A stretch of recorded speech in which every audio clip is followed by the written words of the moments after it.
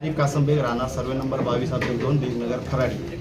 आज इथं जी पत्रकार परिषद घेण्याचं कारण एवढंच होतं की मागच्या 22 जानेवारी 2026 रोजी Goyal Ganga developers India private limited यांचे संचालक अतुल गोयल आणि अमित गोयल यांच्यातर्फे जे त्यांचे नामवंत वकील आहेत सचिन भालेराव, पुण्याचे मोठे वकील आहेत, त्यांनी एक पत्रकार परिषद घेऊन आमचे जे मुद्दे आहेत, आम्ही ज्या पत्रकार परिषदेतून मांडले होते किंवा सामाजिक माध्यमातून मांडले होते, त्या बाबतीत त्यांनी काही आक्षेप नोंदवले आणि काही खोटी माहिती त्यांनी अर्ध्या ऑर्डर वाचून जे दाखवले त्याबद्दल सविस्तर आम्ही माहिती देण्यासाठी, त्या ऑर्डर पूर्ण तुम्हाला दाखवण्यासाठी किंवा समाज माध्यमांसमोर मांडण्यासाठी आज इथं आलो होतो।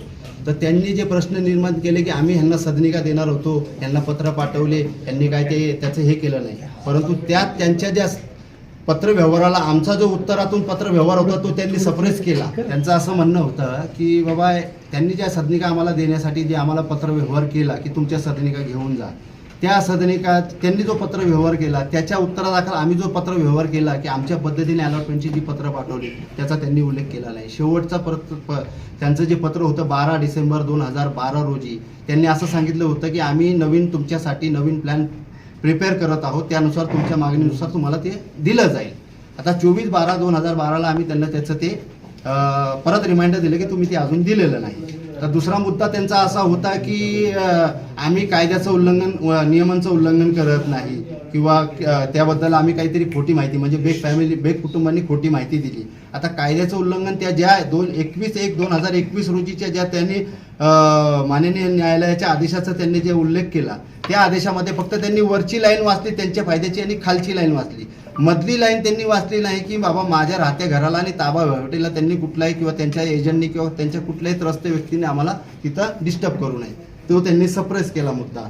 आणि आमचं असं म्हणणं आहे की ते म्हणतात की बांधकामात अडथळा निर्माण करणं, बांधकामात अडथळा आम्ही कधीच निर्माण केला नाही, कधीच गेलो नाही त्यांच्या बांधकाम साईटवर।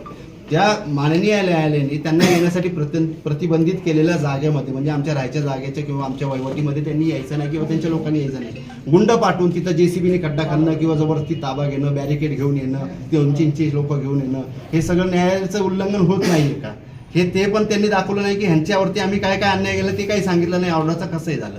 दुसरी गोष्ट त्यांनी अशी सांगितली की 794 मध्ये जो आदेश भेटलाय त्या सदनिका आम्ही ज्या विकतो त्या नाहीच, ज्या अर्थी त्यांनी लेआउट एकत्र सँक्शन केलाय, पूर्ण अंमलगमिशन केल्यानंतर तर संपूर्ण जागेबाबतच आम्ही दावा दाखल केलेला आहे माननीय न्यायालयात।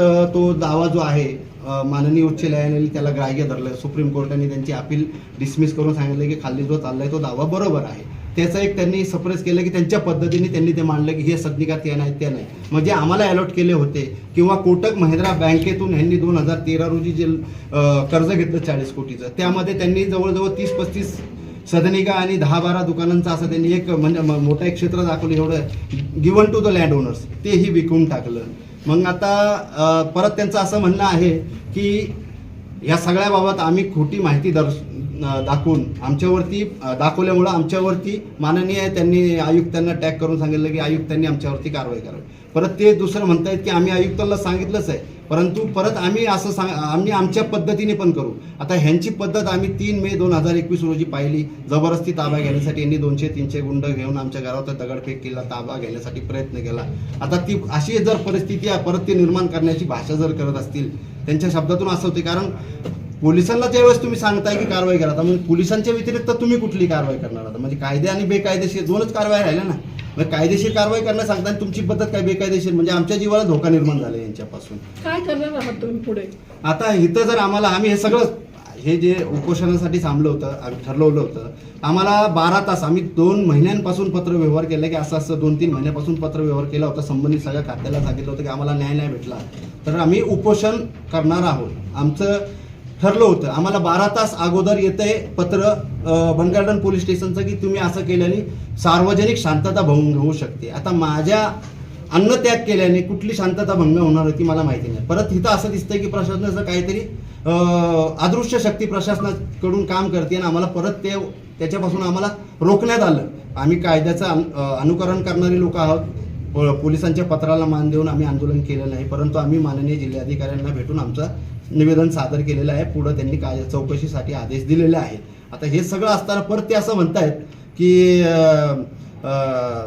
हा दावा दाखल का केला, तो दावा दाखल का नाही केला. आता हा दावा जो मी दाखल केलाय 794चा ज्यांनी ते उल्लेख केलाय ना, तो दावा माननीय हायकोर्टाने पण ग्राह्य धरलाय. खाली अपिलात मी गेलो होतो, वरती अपिलात गेल्यानंतर तो ग्राह्य धरलाय. सुप्रीम कोर्टात ते अपिलात गेले, त्यांचं अपील फेटाळलं गेलं. म्हणजे सुप्रीम कोर्टाने ग्राह्य धरलाय आणि उच्च न्यायालयाने पण ग्राह्य धरलाय हे दावा जो आहे. मग हे सांगू शकत नाही की मी कुठला दावा दाखल करा. आत्मदहनाचं बोललात, काय करणार आहे? आता मला इथं जर न्याय नाही भेटला, मी आता इथपर्यंतची सगळी लढाई लढत आलोय फक्त न्यायी हक्कासाठी. माझ्या ते मोबदला असं म्हणतात. आता मोबदला कुठल्याही स्वरूपातून असू शकतो ना, बांधकाम स्वरूपातला मोबदला आहे किंवा पैशातला.